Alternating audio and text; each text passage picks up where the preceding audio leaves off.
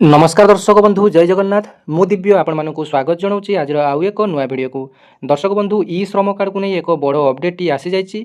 जदि आपण मानक पाखरे खंडिए ई श्रम कार्ड रही कि आपण मैंने एपर्यंत ई श्रम कार्ड तैयारी करना तेबे आज भिडियोटी आपण मानक बहुत गुरुत्वपूर्ण अटे।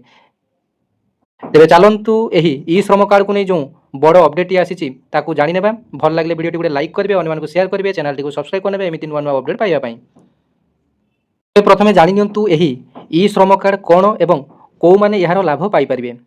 तेबे केंद्र सरकार श्रम विभाग तरफ घोषणा करा जायछि देशर जो श्रमिक माने अणसंगठित क्षेत्र में काम करुचंती यथा दिन मजुरिया निर्माण श्रमिक घरे काम करुवा कर्मचारी रिक्शा ऑटो चालक माली धोबी कृषि श्रमिक ए समस्त हेले यही ई श्रम कार्ड एप्लाय करें।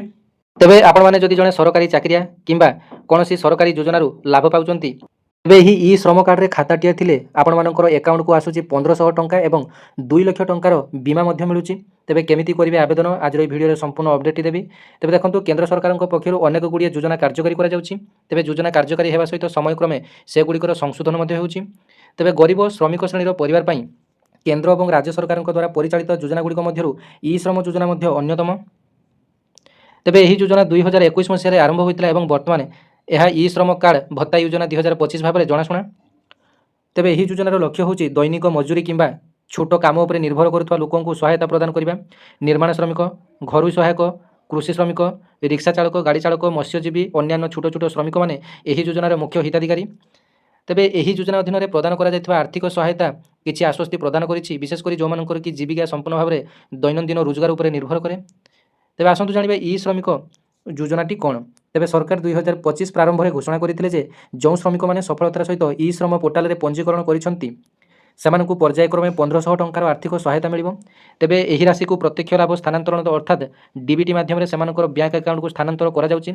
श्रमिक माने एही टंका को सेमानकर परिवार आवश्यकता पिलामानकर शिक्षा किंबा स्वास्थ्य सेवा पई व्यवहार करि परिबे। तेबे एही राशि अनेक राज्य रे पहुंचीबा एबे आरंभ होईची एवं अन्य राज्य देय प्रक्रिया मध्य जारी रही। जो मैंने एपर्यंत टंका पाई ना से सहजरे सेमानकर पंजीकरण स्थिति और देय स्थिति ऑनलाइन रे जांच करें। सरकार एथिपाई एक वेबसाइट और मोबाइल एप्लिकेशन मध्य प्रदान करिसंती। तेबे एबे आसंतु जानिबा ई श्रम कार्डर लाभ कौन। ई श्रम कार्ड श्रमिक मानक केवल आर्थिक सहायता नुहे बरं अनेक सहायता और सुविधा मध्य प्रदान करुच्ची। जमीक 60 वर्ष बयस पर मासिक 3000 टंकार पेंशन मिलिबो। दुर्घटना मृत्यु क्षेत्र में 2 लाख बीमा कवरेज होबो। आंशिक अक्षमता क्षेत्र में जदि आपंकर कौन कारण आपण मैंने पारालिसिस किंबा आंशिक अक्षमता प्रकाश करती तेबे से आपको 1 लाख टंकार सहायता मिल।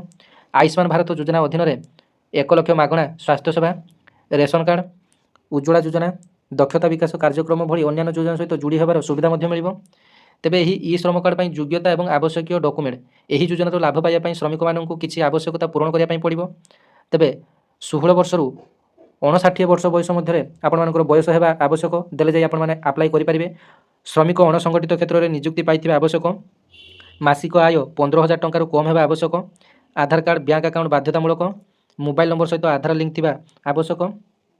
तेबे ई श्रम कार्ड भत्ता जांच करिया प्रक्रिया स्टेप बाय स्टेप जानि नियंतु। आपण जदि एथिरे पंजीकरण करिसंती एवं जानिबाकू चाहुचंती जे 1500 टंका आपनकर अकाउंट रे जमा होईछि कि ना नहीं दयाकोरी निम्नलिखित स्टेप गुडी को अनुसरण करंतु। तेबे देखंतु कोन कोन स्टेप रे आपण माने टंका चेक करिवे जे आपनकर टंका आछि ना नहीं। तेबे स्टेप 1 रे प्रथमे ई श्रम पोर्टाल रो ऑफिशियल वेबसाइट को आपण माने परिदर्शन करिवे। निज मोबाइल रो गूगल किंबा क्रोम रे ई श्रम लिखि आपण माने सर्च ऑप्शन क्लिक करनेबे। प्रथमे जो वेबसाइट आसिला ताकू प्रथमे टच करनेबे। तापर आपण मानकर सेकंड स्टेप रे होम पेज रे चेक पेमेंट स्टेटस गुटे थिबो। तेबे से चेक पेमेंट स्टेटस उपर आपण माने क्लिक करिवे। तापर आपण मानकर आधार लिंक थिबा मोबाइल नंबर टी सेठारे आपण मानकू देबा पई पड़िबो। तापर आपण मानकर मोबाइल को एक ओटीपी टी जीवो। ओटीपी दे सारी आपण माने लॉगिन करिवे। लॉगिन करिया परे आपण मानकर प्रोफाइल खोलिबो। तेबे पेमेंट डिटेल्स किबा पेमेंट स्टेटस विभाग को आपण माने जिवे।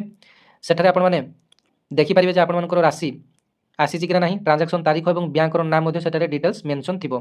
तेबे ऑनलाइन आवेदन प्रक्रिया बहुत सहज जो मैंने कि एप्लाई करना से आवेदन करनियंतु। एथिरे सरकार मागणा सहायता मिलूँ। तेबे जदि आपण एपर्यंत यही योजना रे जोग देना तेबे आपण निम्नलिखित पदक्षेप गुड़ी अनुसरण कर निजक आवेदन करेंगे। तेबे एप्लाई करने यार साइट टी होची eShram.gov.in यही साइट को जाई आपण माने एप्लाई करेंगे। रेजिस्टर ऑन ई श्रम विकल्प भाव में आप प्रथम रेजिस्टर करेंगे। तापर आप ओटीपी दे लॉगिन कर पुणी आप एप्लाई करेंगे।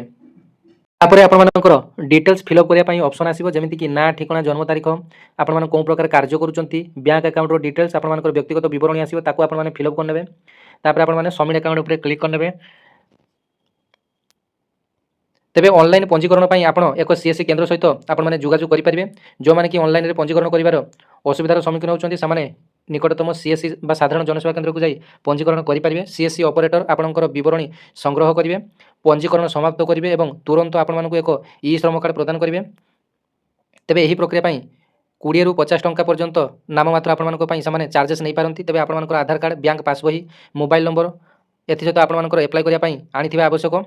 ତେବେ ଦେଖନ୍ତୁ, ଆପ୍ଲାଏ କରିବା ପାଇଁ ଆପଣମାନଙ୍କର ଆଧାର କାର୍ଡ଼, ବ୍ୟାଙ୍କ ପାସବହି ଏବଂ ମୋବାଇଲ ନମ୍ବର ଆପଣମାନଙ୍କ ସହିତ ଆଣିଥିବା ବାଧ୍ୟତାମୂଳକ। ତେବେ ପଞ୍ଜୀକରଣ ପରେ ଶ୍ରମିକ କାର୍ଡ଼ ଧାରକମାନଙ୍କୁ ଏକ ଅନନ୍ୟ 12 ଅଙ୍କ ନମ୍ବର ପ୍ରଦାନ କରିଥାଏ। ତେବେ ଆପ୍ଲାଏ କରିବାର ସାଙ୍ଗେ ସାଙ୍ଗେ ଆପଣମାନଙ୍କର ଇ ଶ୍ରମ କାର୍ଡ଼ଟି ଆପଣମାନଙ୍କର ହେଇଯିବ। ତାପରେ ସେମାନେ ଆପଣମାନଙ୍କୁ ଏକ ପ୍ରିଣ୍ଟ ଆଉଟ୍ଟି କାଢ଼ିଦେବେ, ଯେଉଁଟାକି 12 ଅଙ୍କ ବିଶିଷ୍ଟ ନମ୍ବରଟି ଥିବ। ସେଇଟା ଆପଣମାନଙ୍କର ଏହି ଇ ଶ୍ରମ କାର୍ଡ଼ର ନମ୍ବରଟି। ତେବେ ଏହି ପ୍ରକ୍ରିୟାରୁ କୌଣସି ଯୋଗ୍ୟ ଶ୍ରମିକ ବାଦ ନ ପଡ଼ନ୍ତୁ, ତାହା ନିଶ୍ଚିନ୍ତ କରିବା ପାଇଁ ସରକାର ସମସ୍ତ ଜିଲ୍ଲାର ସିଏସ୍ସି କେନ୍ଦ୍ର ସଂଖ୍ୟାକୁ ମଧ୍ୟ ବୃଦ୍ଧି କରିଛନ୍ତି। ତେବେ ଇ ଶ୍ରମ କାର୍ଡ଼କୁ ନେଇ ଏଇଟା ଥିଲା ଆପଣମାନଙ୍କ ପାଇଁ ସମ୍ପୂର୍ଣ୍ଣ ବଡ଼ ଅପଡ଼େଟ୍। ଧନ୍ୟବାଦ। ଜୟ ଜଗନ୍ନାଥ।